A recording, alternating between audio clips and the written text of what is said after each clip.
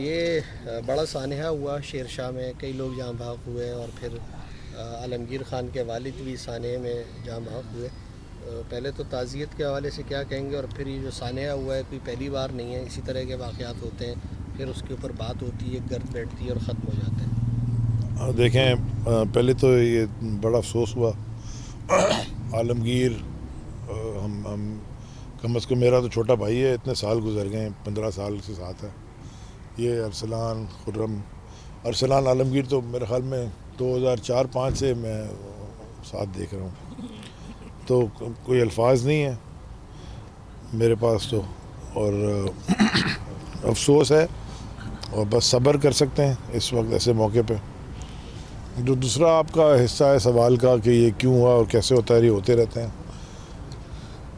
आपको याद होगा कि कुछ दिन पहले या साल डेढ़ पहले भी ये, और मैंने आज, आप वहाँ थे, जो वो हमारी एक FWO की तकरीर थी, उसमें भी मैंने एक बात की। ये हम दुनिया भर में देखते हैं कि जो जब लैंड रिफ़िल करते हैं ना कचरे के ऊपर, अगर आप, तो वो नीचे कंबशन होती है गैस की। ये पाकिस्तान में बाहर भी होती है। वहाँ पे वो पाइप डाल के वो गैसेस निकालते रहते हैं और बंद करते हैं इलाके को, फिर गैस निकालते हैं। यहाँ पे नीचे कंबशन होती रही। अभी मुझे बता रहे थे कि 30 साल से या शायद ये 40 साल से पता नहीं उस बिल्डिंग में ये थे।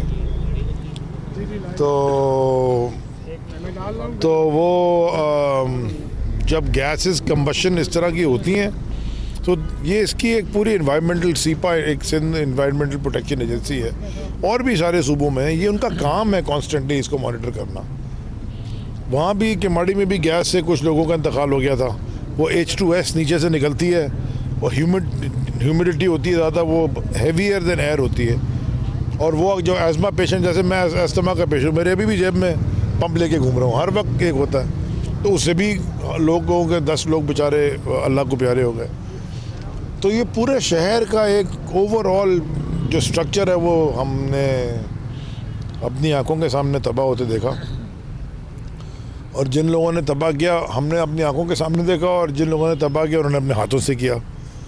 अब ये इनकॉम्पिटेंस है या साजिश है, जो कुछ भी है, करप्शन का ये शहर जो है ना, ये करप्शन का शिकार है और इनकॉम्पिटेंस का शिकार है।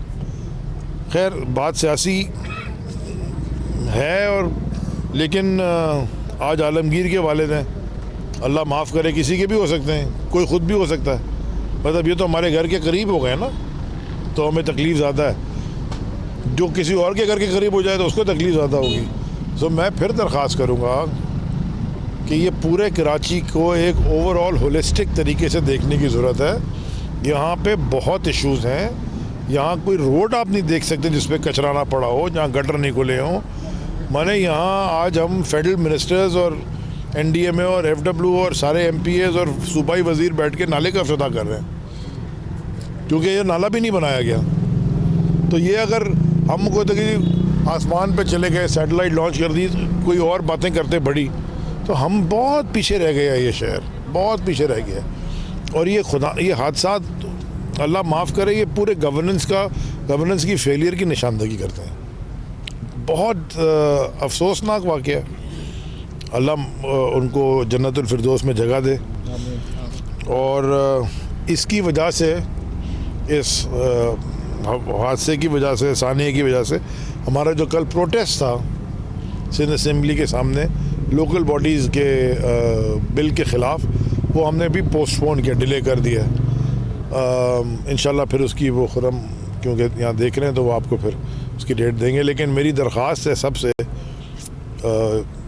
कि दुआ करें आलमगीर को, अल्लाह ताला उसके घर वालों को सब्र अदा करे, और उनके वालिदैन को और वालिद को, और जो बाकी लोग इस हादसे में शहीद हुए हैं उनको अल्लाह जन्नतुल फिरदौस में जगह अता करे। थैंक यू भाई, बहुत मेहरबानी। एक मिनट, ये बता दें कितने लोग फैमिली के जाँ बहक हुए हैं, नमाज जनाजा का क्या वो है, उसके बारे में आप बता दें। इस अफसोसनाक वाक़े में आलमगीर साहब के वालिद दिलावर ख़ान साहब जो हैं, उनका इंतकाल आपको पता हुआ है।